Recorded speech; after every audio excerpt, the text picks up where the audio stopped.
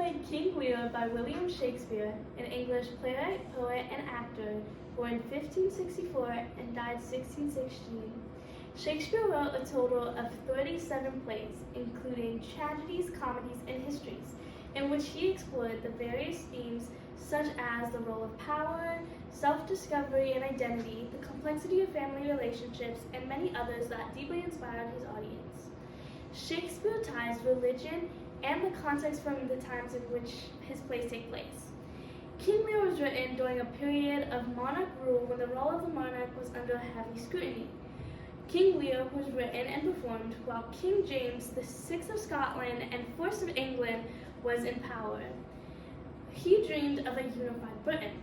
His kingship is said to have inspired many aspects within King Lear, most notably because Shakespeare's company, the King's Men, performed under King James's patronage. Shakespeare is a timeless playwright, and his works remain relevant today. In order to better understand the influence of Shakespeare and the time King Lear was written, you must know a bit more about the play itself. So let's go over to Sophie with the synopsis. On his throne, King Lear decides to test his daughters in order for him to divide his assets between them. The test, aimed at quantifying their love for him, becomes a competition of flattery between his oldest two daughters, Regan and Goneril. However, his favorite daughter, Cordelia, refuses to flatter him, believing that their close relationship is enough to prove her love for him. Enraged by this answer, Lear disowns and hands off Cordelia to the only remaining and willing suitor, the King of France. Immediately after this banishment, Goneril and Regan begin to undermine Lear's little remaining authority. This treachery drives Lear to the point of insanity where he flees his daughter's company into a raging storm. Meanwhile, his illegitimate son Edmund tricks him into believing that his legitimate son Edgar is trying to kill him. In response, Gloucester orders a manhunt for him, forcing Edgar to disguise himself as a crazy beggar and call himself Portal.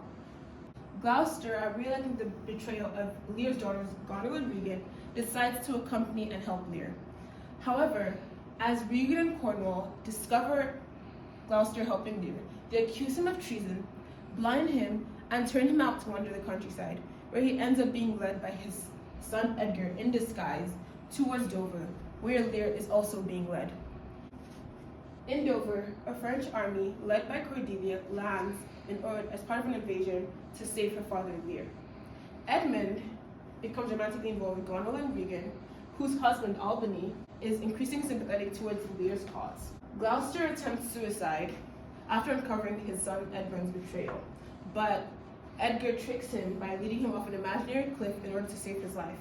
Meanwhile, English troops led by Edmund defeat the Cordelia-led French. Lear and Cordelia are captured and taken to prison. In the climactic scene, Edgar duels Edmund and kills him. Gloucester's death is revealed soon after, and Goneril poisons Regan and then kills herself. Cordelia is executed in prison, and soon after, Lear dies of grief. After which, Kent decides to kill himself. The only surviving nobles, Albany and Edgar, are left to lead the country. Okay, so now that you've had a King Lear refresher, how can we use this play in paper 2? So let's start with a question. So for our first question, we have compare the role of violence in at least 2 works studied in class. So now this question seems a bit simple, but it might actually be a bit harder because there's less structure to the question itself.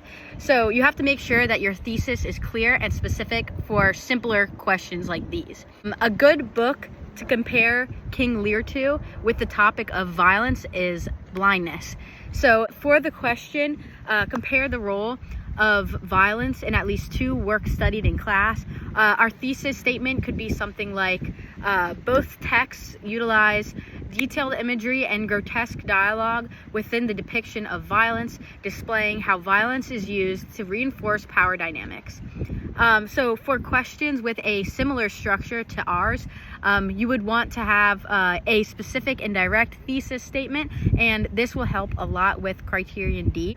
So for the body paragraphs of our essay comparing Blindness and King Lear, we can start with Act 3, Scene 7 from King Lear when Gloucester's eyes are gouged out by Regan and the Duke of Cornwall.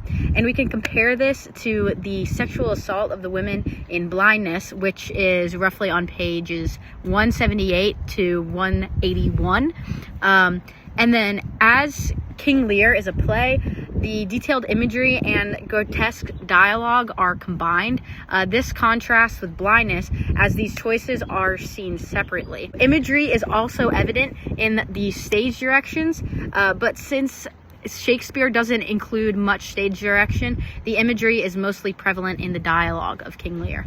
And here is a good example of imagery through dialogue in and through stage direction. So Cornwall in Act 3, Scene 7, he says, "Lest it see more, prevent it, out vile jelly." And then the stage direction is forcing out Gloucester's other eye. So here you can analyze the classification of Gloucester's eye as vile jelly and the word choice of force and how that accentuates Regan's and Cornwall's drive for power. An authorial choice within this imagery that we would also want to address would be eyes and inherently vision as symbols and motifs throughout the play.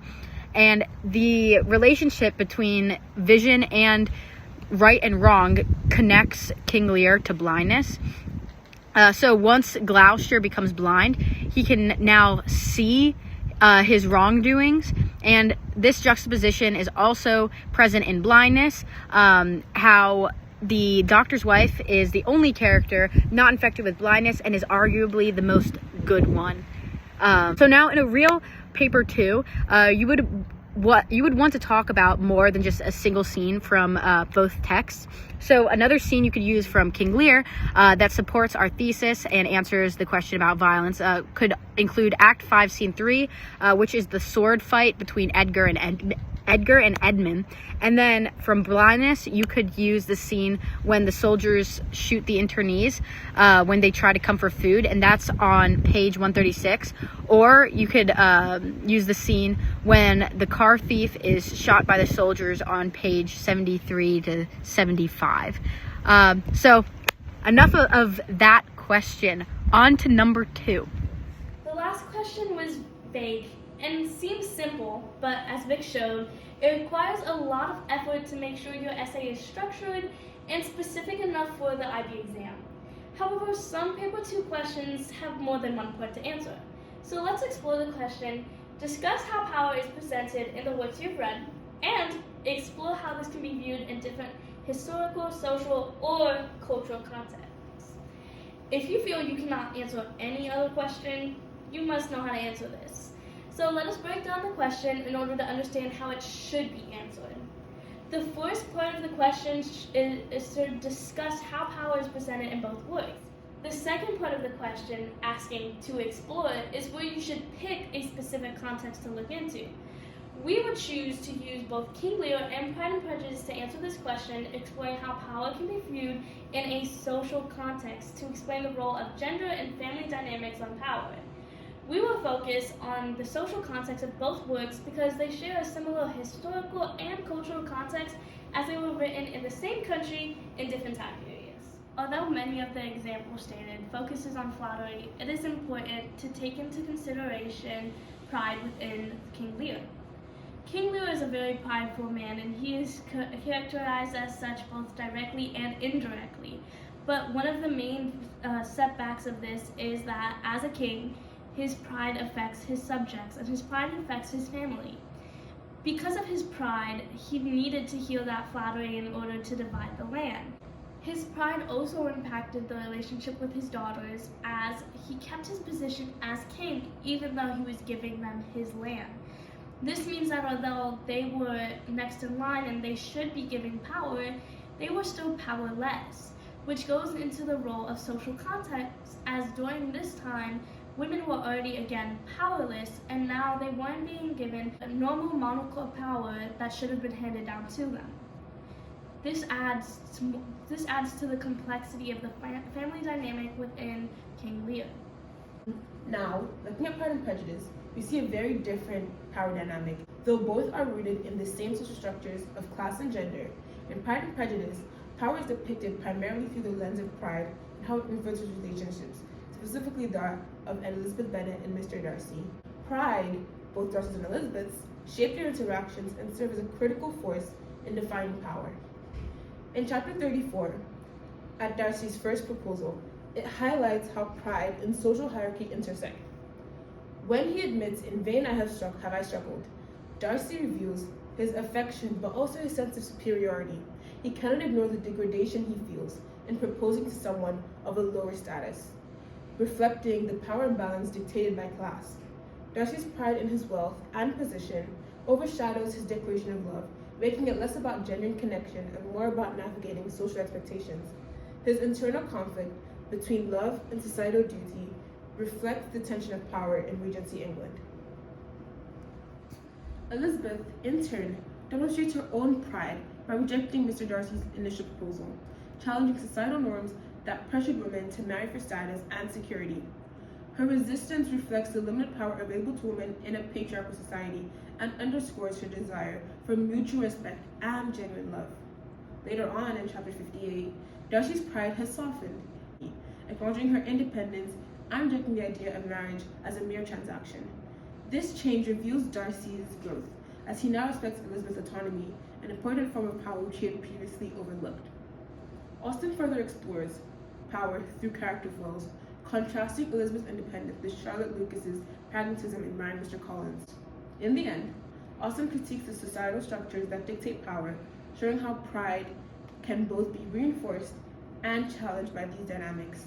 Finally, how do you conclude in order to pull together the insights across the works? So, in conclusion, there are some great comparisons to make with King Lear, including blindness and Pride and Prejudice. It may seem sacrilegious to use King Lear in a paper 2 because you're like, oh, I want to compare books, but no, King Lear is a great text to use in paper 2 because it works very well for literary analysis, as you can see in our video. So some final notes to leave you with is that for simple questions, make sure you have a specific thesis that gives a clear path of what you're going to analyze.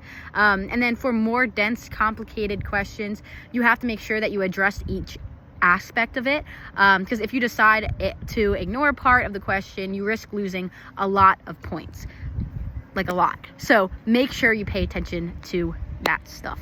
All right. Anywho, that is all. Thank you. Goodbye.